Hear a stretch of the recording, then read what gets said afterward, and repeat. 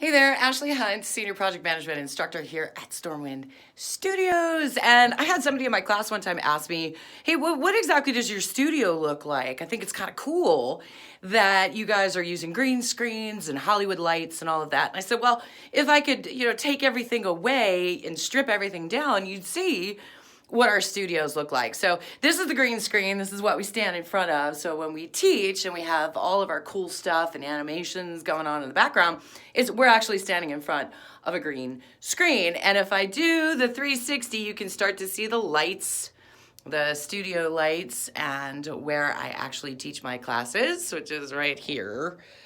Yeah, Red Bull, absolutely necessary. So, and now we've got soundproofing because, dogs bark and my husband walks heavy, but otherwise, this is where all the magic happens. And that's what makes it so cool for you guys to be in class and we get to engage and you have the opportunity to see how some of these things work. So I thought I would just give you a tour of my studio. I realized that 360 might have made you a little dizzy, so I apologize for that. But ultimately, this is where we do what we do. So join us in class and you'll see. And now that you know what's going on behind the scenes, you'll be even more blown away.